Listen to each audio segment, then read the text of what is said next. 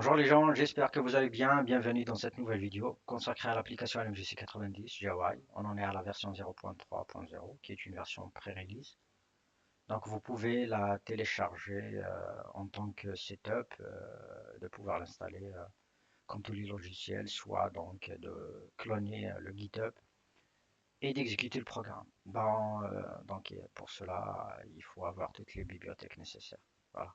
Donc l'interface, elle est vraiment très basique, elle est pas dense, elle est intuitive, elle est vraiment facile à utiliser. Donc commençons par la découvrir. Donc il y a 6 grandes sections. Donc la première section, c'est le menu principal. Il y a la barre d'outils, il y a les tabs. Donc chaque tab, s'il correspond à un élément de votre modèle. Donc il y a la section de visualisation et de rendu. Donc vous avez la possibilité de visualiser vos avatars, d'ouvrir Paraview, bien sûr si vous avez exécuté un calcul et si vous avez installé bien sûr Paraview. Donc là, sur la gauche, donc vous avez un arbre du modèle qui va vous faciliter de suivre les éléments de votre modèle. Et la barre des tâches pour voir les tâches qui sont en cours d'exécution. Donc commençons par découvrir le menu. Donc le menu principal, il y a un menu fichier qui contient toutes les fonctionnalités de gestion de votre projet, un assistant de projet pour pouvoir rapidement créer des éléments basiques et un assistant de granulométrie. Donc le menu outils, il y a un bouton pour préférence. Donc dans préférence, vous pouvez indiquer le chemin de votre projet, choisir le système d'unité. Donc jusqu'à maintenant, je ne l'ai pas encore implémenté, mais ça sera dans une version très proche. Il y a une possibilité d'automatiser vos sauvegardes et vos projets récents. Donc, il faut cliquer seulement sur OK pour pouvoir sauvegarder vos préférences. Donc, vous avez un bouton pour générer la datebox, générer le script Python à la fin de votre modèle. De pouvoir créer des variables dynamiques, donc les variables dynamiques et les expressions, ainsi que les attributs, donc l'accès à des attributs vraiment très avancés de la bibliothèque LMJC 90. Donc ça va vous faciliter un petit peu les choses pour les champs de vos éléments.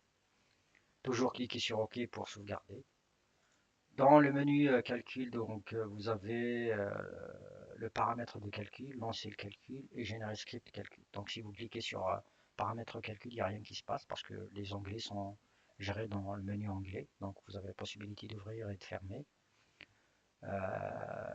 Vous avez aussi la possibilité de tout fermer sauf l'essentiel. Donc il y a deux essentiels, matériaux et modèles. Vous avez aussi des onglets par défaut. Si je clique ici, j'aurai bibliothèque, calcul et visualisation. Maintenant, si je reviens et je clique sur paramètres de calcul, hop, il va me situer sur l'onglet calcul. Voilà, c'est tout ce qu'il y a pour cette interface. C'est pas vraiment très dense. Si vous avez besoin d'un tabs, donc vous pouvez l'ouvrir, sinon vous pouvez le fermer. Donc, commençons dans cette vidéo seulement à l'introduction de l'assistant de projet. Donc, je vais cliquer sur l'assistant de projet pour pouvoir l'utiliser. Donc, je clique sur suivant. Donc, vous allez donner ici le nom de votre projet. Choisissez bien le nom parce qu'il doit être, il doit être spécialisé. Sinon, vous n'allez pas vous retrouver avec projet 1, projet 2, projet 3. Vous avez la possibilité d'écrire votre projet. Donc je clique sur suivant. Donc ici, c'est le choix de la dimension de votre problème. Moi, ça sera mon cas, c'est 2D. Donc l'assistant, il va vous permettre de créer un matériau. Donc par défaut, vous avez le nom requis X, donc c'est toujours 5 caractères. Le type, c'est rigide. Vous avez la possibilité aussi de créer voilà, plusieurs types de matériaux. Il faut seulement faire attention à chaque matériau. Donc il en a des paramètres. Le mien, c'est seulement la densité. Je clique sur suivant. Donc, il va vous proposer un modèle. Donc, je vais dire que c'est mécanique, la mécanique. Donc, la physique, c'est méca. Et l'élément, c'est un point. Donc, c'est un rigide 2D. Le nom, c'est rigide. Je clique sur suivant.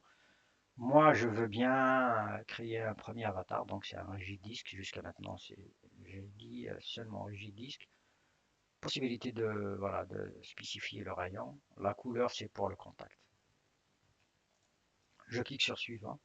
Donc je pourrais aussi créer une première loi de contact si vous voulez pas créer une loi de contact, donc il faut seulement décocher. Donc je vais dire que c'est une loi de Coulomb avec un coefficient de frottement qui est constant, donc je vais dire c'est 0,5. Je clique sur suivant et je crée une table de visibilité qui va me permettre de paramétrer le contact entre mes avatars. Donc j'en ai un seul jusqu'à maintenant. Le deuxième, je vais dire il a la couleur verte. Je vais spécifier la distance d'alerte qui est à 0,05 et je clique sur suivant. Voilà, maintenant c'est un récapitulatif de, de mon assistant. Donc je clique sur créer le projet. Et maintenant, donc l'assistant, il m'a permis de créer tous les éléments de mon modèle. Donc vous avez la possibilité de passer d'un tab à un autre pour visualiser vos éléments. Donc chaque table, donc il en a une liste, donc un tableau qui va lister tous les éléments. Donc c'est une première vidéo, donc c'est une brève introduction. Donc je vais vous donner un rendez-vous pour une deuxième vidéo. Là, on pourra commencer à utiliser pleinement ce petit software. Je vous donne rendez-vous donc pour une prochaine vidéo et je vous remercie.